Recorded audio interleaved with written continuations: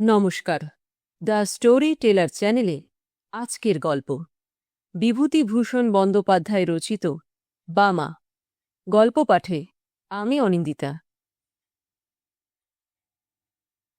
আমার যখন ২২-২৪ বছর বয়স, তখন নানা দেশ বেড়ানোর একটা কাজ জুটে গেল আমার অদৃষ্টে। তখন আমি দৈব ঔষধের মাদুলি বিক্রি করে বেড়াতুম। চুচড়োর শচীশ কবিরাজের তরফ থেকে মাইনে ও রাহা খরচ পেতুম। অল্প বয়সের প্রথম চাকরি, খুব উৎসাহের সঙ্গে করতুম।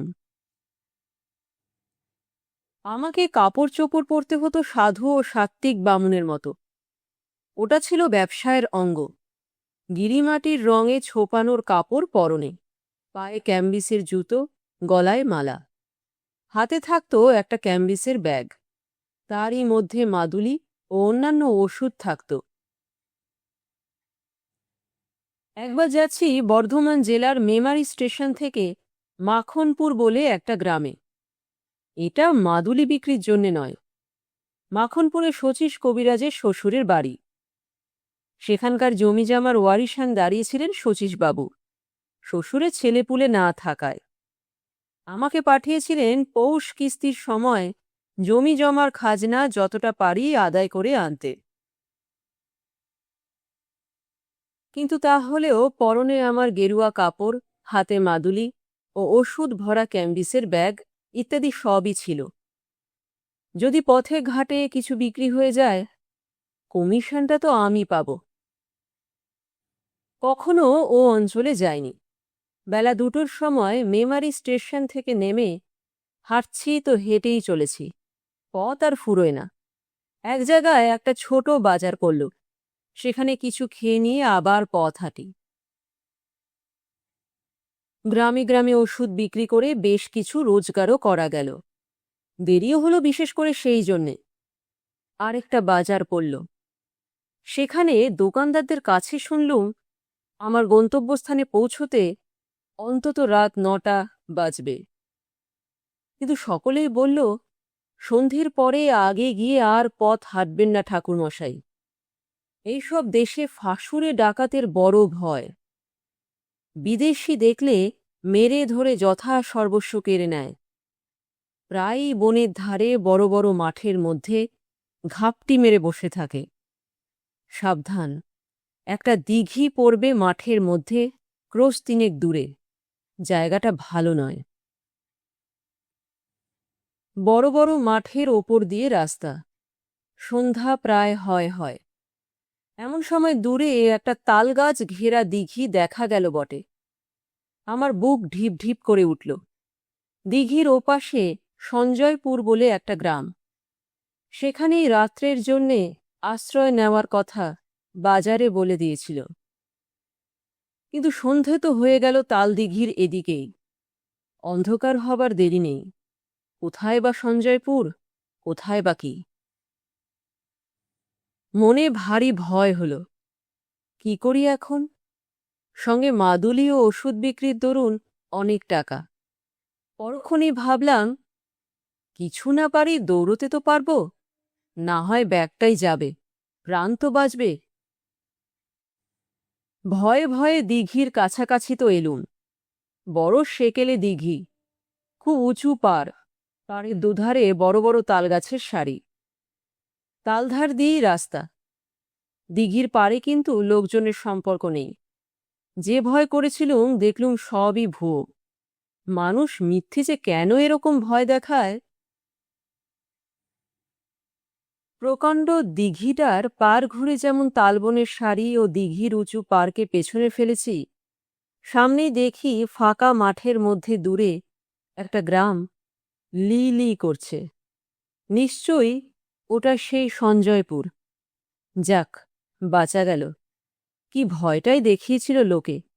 দিব্যি ফাঁকা মাঠ, কাছেই লোকের বসতি, গায়ের গরু বাছুর চড়ছে মাঠে। কেন এসব জায়গায় বিপদ থাকবে? আমি এরকম ভাবছি এমন সময় তালপুকুরের ওদিকের পাড়ের আড়ালে যে পথটা, সেই পথ বেয়ে একজন বৃদ্ধকে আমার দিকে আসতে দেখলুম। বৃদ্ধ বেশ বলিষ্ঠ গড়নের, এই বয়সেও মাংসপেশি বেশ সবল, গলায় রুদ্রাক্ষের মালা, হাতে ছোট একটি লাঠি। বৃদ্ধ আমায় বলল, ঠাকুরমশাই, কোথায় যাবেন? যাব মাখনপুর। মাখনপুর? সে যে এখনো 3 ক্রোশ পথ। কাদের বাড়ি যাবেন? শচীশ কবিরাজের বাড়ি। ঠাকুরমশাই কি কবিরাজ মশাইয়ের গোমস্তা? গোমস্তা নই, তবে যাচ্ছি জমি জমার কাজে বটে। এ অঞ্চলে আর কাউকে চেনেন? মশাইয়ের নিজের বাড়ি কোথায়? আমি এদিকে কখনো আসিনি, কাউকে চিনিও নে। মাখনপুরেও নতুন যাচ্ছি। সেখানেও কেউ তাহলে আপনাকে চেনে না? না, কে চিনবে? আমার এই কথায় আমার যেন মনে হলো বুড়ো একটা কিছু ভাবল। তারপর আমায় বলল, যদি কিছু মনে না করেন একটা কথা বলি। রাত্রে আজ দয়া করে আমার বাড়িতে পায়ের ধুলো দিন। আমরা যাতে বারোই, জল আচরণীয়, আপনার অসুবিধে হবে না। চণ্ডী মণ্ডপের পাশে বাইরের ঘর আছে, সেখানে থাকবেন, রান্নাবাড়া করে খাবেন। আসুন দয়া করে।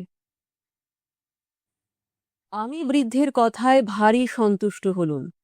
সত্যি তো, সেকালের লোকেরা অন্য ধরনের শিক্ষায় মানুষ।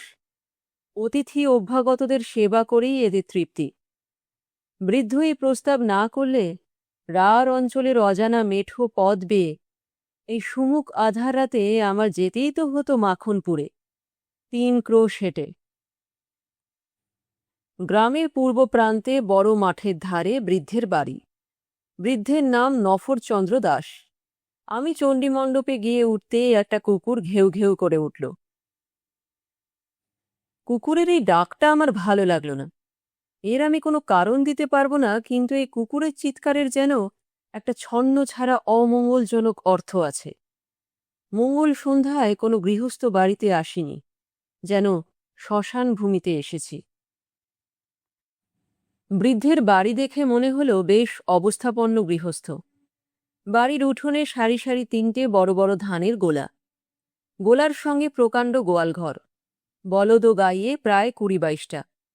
অন্তঃপুরের দিকে 4খানা বড় বড় আটচালার ঘর, বাইরের এই চণ্ডী মণ্ডপ ও তার পাশে আরও 1খানা কুঠুরি। আমার কথাটা ভালো করে বুঝতে গেলে এই কুঠুরিটার কথা আর একটু ভালো করে শুনতে হবে। কুঠুরিটিকে চণ্ডী মণ্ডপ সংলগ্ন একটা কামরাও বলা যায়, কারণ একটা সরু রোয়াকের দ্বারা চণ্ডী মণ্ডপের পেছনের দিকের সঙ্গে সংলগ্ন। অথচ দোর বন্ধ করে দিলে বাড়ির বাইরের সঙ্গে এর সম্পর্ক চলে গিয়ে একটা ভেতর বাড়ির 1খানা ঘরের সামিল হয়ে দাঁড়ায়। আমায় বাসা দেওয়া হলো এই কুঠুরিতে। কুঠুরির একপাশে ছোট একটা চালা, সেখানে আমার রান্নার আয়োজন করে দিয়েছে। হাত মুখ ধুয়ে সুস্থ হয়ে আমি বিশ্রাম করছি। গৃহস্বামী এসে বলল, ঠাকুরমশাই রান্না চাপান, আর রাত করেন কেন?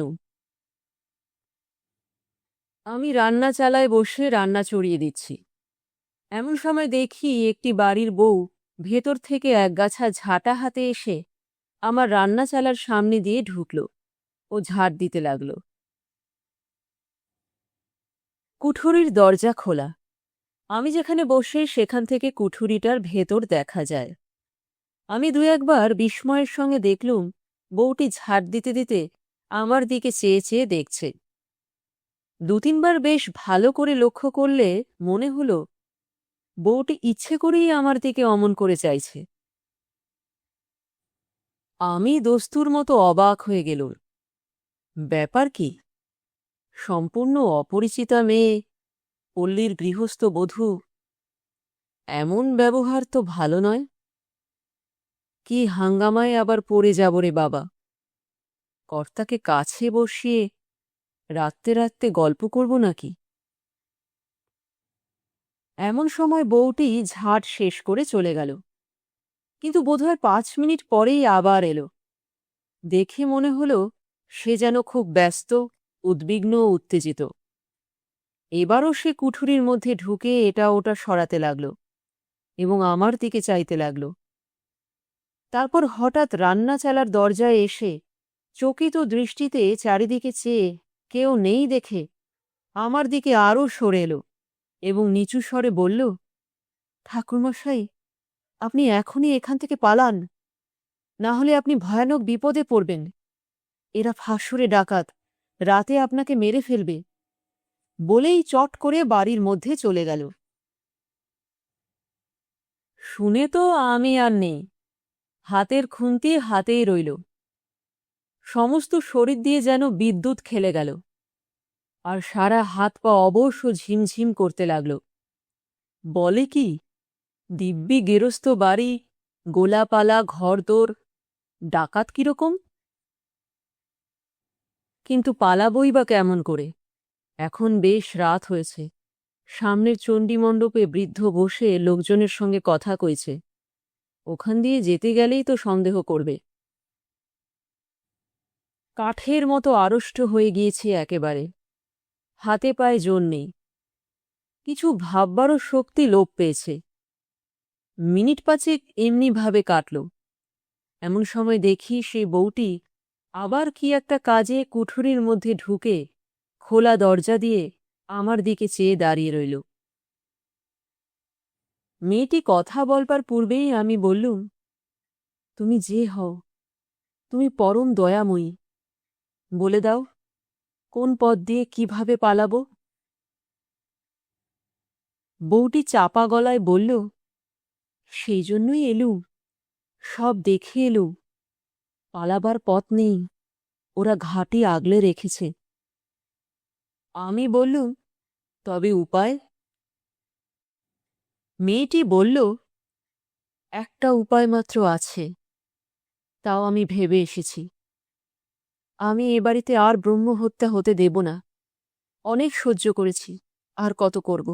না, দাঁড়ান ঠাকুরমশাই, আরও একবার বাড়ির মধ্যে থেকে আসি, নইলে সন্দেহ করবে। মিনিট পাঁচেক পরে বউটি আবার এলো। চকিত দৃষ্টিতে চারিদিকে চেয়ে বলল, শুনুন আমার উপায়। এই কথা কটা মনে রাখুন।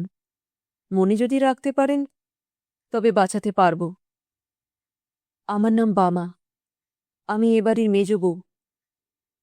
আমার বাপের বাড়ির গ্রামের নাম কুসুমপুর, জেলা বর্ধমান, থানা রায়না। আমার বাপের নাম হরিদাস মজুমদার, জ্যাঠামশাইয়ের নাম পাঁচকড়ি মজুমদার। আমরা দুই বোন। আমার দিদির নাম খান্তমণি। বিয়ে হয়েছে সামন্তপুর তেওটা, বর্ধমান জেলা। শ্বশুরের নাম দুর্লভ দাস, সবাই যাতে বারুই। আমার বাবা জ্যাঠামশাই সব বেঁচে আছেন, কিন্তু মা নেই। আমার তখন বুদ্ধি লোপ পেতে বসেছে। যা বলে মেয়েটি তাই করে যাই। এতে কি হবে? বউটি কিন্তু এক একবার বাড়ির মধ্যে যায়, আবার অল্প 2 মিনিটের জন্য ফিরে এসে আমায় তালিম দিয়ে যায়। মনে আছে তো জ্যাঠামশাইয়ের নাম কি? আমি বললাম, হরিদাস মজুমদার। না না, পাঁচকড়ি মজুমদার। বাবার নাম হরিদাস মজুমদার। আমার দিদির নাম কি? শ্বশুরবাড়ি কোন গায়ে? খান্তমণি। শ্বশুরবাড়ি হল শ্বশুরবাড়ি। আপনি সব মাটি করলেন দেখছি। সামন্তপুর তেওটা। বলুন। সামন্তপুর তেওটা। শ্বশুরের নাম রামযদু দাস। না না, দুর্লভরাম দাস। অবশেষে মিনিট 10-12 মধ্যে আমার কাছে সব পরিষ্কার হয়ে এসেছে। বউটি বলল, রান্না খাওয়া করে নিন ঠাকুরমশাই, কোনো ভয় করবেন না। আমার বাপের বাড়ির নাম ধাম যখন জানা হয়ে গেছে তখন আপনাকে বাঁচাতে পেরেছি। এখন শুনুন, খাওয়া দাওয়ার পরই শ্বশুরমশাইয়ের কাছে আমার বাপের বাড়ির পরিচয় দিয়ে বলবেন আপনি তাদের গুরু বংশ। আমার নাম বলে জিজ্ঞেস করবেন আমার বিয়ে কোথায় হয়েছে জানো নাকি। গলা যেন না কাঁপে, কোনো রকম সন্দেহ যেন না হয়। আমি চললুম, আবার আসব, আপনি শ্বশুরকে বলবার পরে, কিন্তু দেরি করবেন না বেশি। বিপদ কখন হয় বলা যায় না। রান্না খাওয়া শেষ না করলেও তো সন্দেহ করতে পারে। রান্না খাওয়া করতেই হল। রাত্রের অন্ধকার তখন বেশ ঘন হয়ে এসেছে। আন্দাজ রাত 10টার কম নয়। আহারাদির পর নিজের কুঠুরিতে বসেছি। আর আমার মনে হচ্ছে এবারই সবাই যেন খাড়ায় রামদাতে শান দিচ্ছে আমার গলাটি কাটবার জন্যে। এই সময় গৃহস্বামী স্বয়ং আমার জন্য পান নিয়ে এলো। বলল, কি ঠাকুরমশাই, আহারাদি হলো? এখন দিব্যি করে শুয়ে পড়ুন। মশারিটা টানিয়ে দিয়ে যাচ্ছি। রাত হয়েছে, আর দেরি করবেন না। আমি বললুম, হ্যাঁ, একটা কথা বলি। আমাদের এক মন্ত্রশিষ্য, বাড়ি কুসুমপুর, থানা রায়না, নাম পাঁচকড়ি, হরিদাস মজুমদার। তার একটি মেয়ের নাম বামা। এদিকেই কোথায় যেন বিয়ে হয়েছে। তারাও যাতে তোমাদের বাড়ুই কিনা, তাই হয়তো চিনলেও চিনতে পারো। মেয়েটি জ্যাঠা দুর্লভরাম, পাঁচকড়ি, আমায় বলে দিয়েছিল মেয়েটির শ্বশুরবাড়ি খোঁজ করে একবার সেখানে যেতে। তা যখন এলুমি এদেশে। আমার কথা শুনে বৃদ্ধ যেন কেমন হয়ে গেল। আমার দিকে অবাক হয়েছে, বলল, কুসুমপুরের হরিদাস মজুমদার, বামা, আপনি তাদের চিনলেন কি করে? বামার কথা স্মরণ করে গলা না কাঁপিয়ে দৃঢ় স্বরে বললুম, আমি যে তাদের গুরুবংশ। আমার বাবার ওরা মন্ত্রশিষ্য কিনা। বৃদ্ধ তাড়াতাড়ি বলল, বসুন, আমি আসছি। আমি কুঠুরির মধ্যেই বসে রইলুম। সন্দেহ ও ভয় তখনও কিছু যায়নি। আর এরা যে গুরুদেবকেই রেহাই দেবে তা কে বলেছে? কিছুক্ষণ পরে বৃদ্ধ ফিরে এলো। পেছনে পেছনে সেই বধূটি, আরেকজন ষণ্ডামার্কা গোছের যুবক এবং একজন প্রৌঢ়া স্ত্রীলোক, সম্ভবত বৃদ্ধের স্ত্রী। বৃদ্ধ বলল, এই যে বামা ঠাকুরমশাই, আমারই মেজ ছেলের সঙ্গে, আমারই মেজ ছেলে শম্ভু। গড় করো, সব গড় করো। মেজ বৌমা, দেখো তো, চিনতে পারো একে? চমৎকার অভিনেত্রী বটে বামা, অদ্ভুত অভিনয় করে গেল বটে। ঘুমটা খুলে হাসি মুখে সে আমার পায়ের ধুলো নিয়ে প্রণাম করল, গলায় আঁচল দিয়ে। জীবনদাত্রী দয়াময়ী বামা। আমার চোখে প্রায় জল এসে পড়ল। তারপর সে রাত্রি তো কেটে গেল। খাবার জল দেবার ছুতো করে এসে বামা আমায় আশ্বাস দিয়ে গেল। বলল, বিপদ কেটে গিয়েছে। আমার চোখে না করলে সর্বনাশ হতো। ভিটেতে ব্রহ্মহত্যে হতো। অনেক হয়েছে। এই কুঠুরিতে, এই বিছানায়, এই মেঝেতে অনেক লাশ পোতা। আমার মনের অবস্থা বলবার নয়। বললুম, পুলিশ কি গায়ের লোক কিছু টের পায় না? কিছু বলে না? কে কি বলবে? এ ফাঁসুরে ডাকাতের গা। সবাই এরকম। আগে জানলে কি বাবা এখানে বিয়ে দিতেন? বিয়ের পর সব ধরা পড়ে গেল আমার কাছে। এখন আমার একটি সন্তান হয়েছে। এ পাপ ভিটে বাস করলে তার অকল্যাণ হবে। ওকে বারণ করি, কিন্তু ও কি করবে? মাথার ওপর শ্বশুরমশাই রয়েছেন, পুরনো ডাকাত দাদারা রয়েছে। আপনি ঘুমিয়ে পড়ুন বাবা ঠাকুর, আর ভয় নেই। সকাল হল। বিদায় নেবার সময় বৃদ্ধ আমায় 5 টাকা গুরু প্রণামী দিল। বামাকে আড়ালে ডেকে বললুম, তুমি আমার মা, আমার জীবনদাত্রী। আশীর্বাদ করি, চিরসুখী হও মা। বামার মতো বুদ্ধিমতী নারী জীবনে আমার আর চোখে পড়েনি। কতকাল হয়ে গেল। এই বৃদ্ধ বয়সেও সেই দয়াময়ী পল্লী বধূটির স্মৃতিতে আমার চোখে জল এসে পড়ে। শ্রদ্ধায় মন পূর্ণ হয়ে ওঠে।